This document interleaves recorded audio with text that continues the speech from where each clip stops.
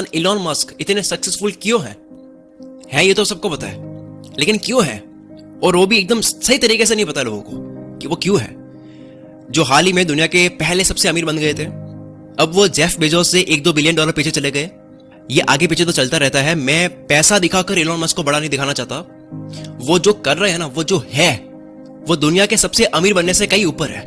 क्यों Elon Musk ऐसे है कि जब कोई ट्विटर पर ट्वीट करता है कि इलॉन मस्क अब दुनिया के सबसे अमीर आदमी है, तो ट्विटर पे इलॉन मस्क खुद रिस्पॉन्स करते हैं उस ट्वीट का कि कितनी अनोखी बात है, जो भी है काम पर लगते हैं फिर से।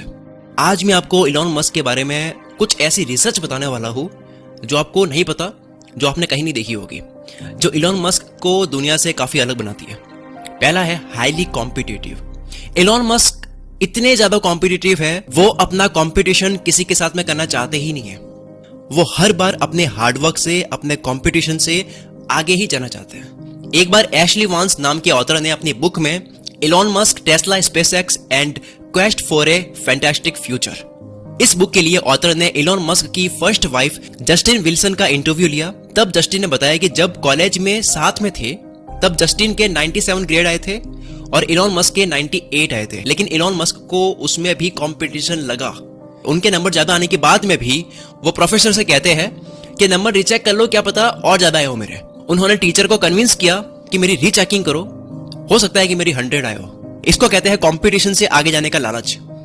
ये कंपटीशन एंड हो चुका है, अब तो मैं फर्स्ट हूं, उसके बाद में भी सोचना कि और क्या बेटर कर सकता हूं मैं। और ये जो चीज होती है ना, ये चीज एक ना एक दिन इंसान को सक्सेसफुल बना ही देती है, अगर उसके लिए ढंग से मेहनत की गई हो।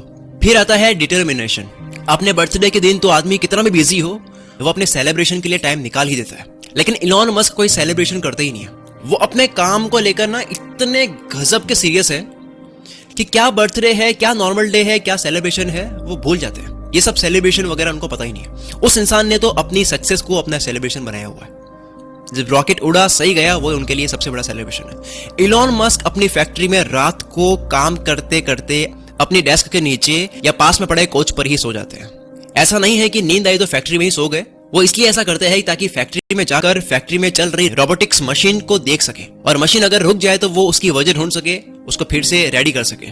उन्होंने अपने 47th बर्थडे में 24 आवर्स 24 घंटे लगातार काम करके सेलिब्रेट करा। कुछ लोग सेलिब्रेशन के लिए वेट कर रहे थे फैक्ट्री में, लेकिन उस दिन 24 घंटे काम करा उन्होंने और फ्री नहीं हुए। फिर आती है बात शॉर्ट टर्म डेडलाइन की। अगर कोई काम है जिसको अगर आप करने बैठे हो तो 6 महीने लगते हैं, और आपसे कहा जाए कि उसको करना है 2 महीने में, तो कितनी हद पार हो जाएगी कि भाई 2 महीने में पॉसिबल ही नहीं है। इलॉन मस्क भी हर चीज में ऐसी हद पार करते हैं। वो हद पार करने वाले जिद्दी इंसान है। जैसा कि मैंने पहले बताया कि 2018 में उनकी टेस्ला कार की हाई डिमांड की वजह से शॉर्टेज आई, माल कम पड़ रहा था। अब प्रोडक्शन बढ़ाने में भी उन्होंने हद पार कर दी। उन्होंने 3 महीने में पूरा कर दिया।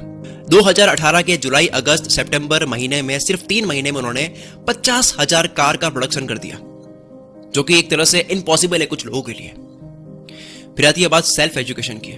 क्या आपको पता है टेस्ला कंपनी अपने एम्प्लॉयज को बिना डिग्री के भी काम पे रखती है, अगर वो उस काबिल हो।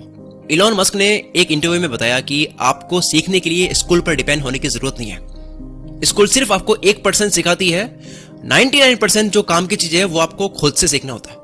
नवेद फारूक, जो क्वींस यूनिवर्सिटी किंगस्टन में इलॉन मस्क के रूममेट रह चुके हैं, उन्होंने इलॉन मस्क के बारे में बताया कि हर बार कॉलेज में एग्जाम के बाद में इलॉन मस्क और बाकी के बैचमेट अपने अपने आंसर्स और ग्रेड कंपेयर कर रहे थे, तब देखा कि इलॉन मस्क के मार्क्स और आंसर बाकी स्टूडेंट्स से कई ज्यादा बेहतर थे, और इलॉन मस्क के मार्क्स उनसे कंपेयर किए जो उस कॉलेज के सबसे ज्यादा नंबर लाने वाले स्टूडेंट्स थे।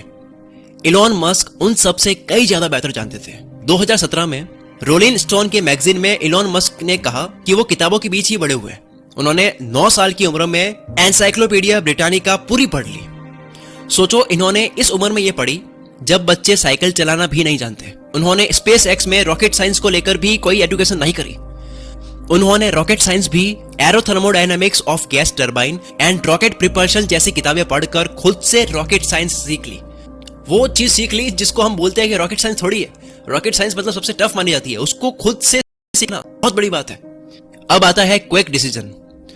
हर बड़े और सक्सेसफुल इंसान में फटाफट से डिसीजन लेने की कैपेबिलिटी होती है। हर इंसान में अगर है तो इलॉन मस्क में तो वो कूट कूट के भरी होगी।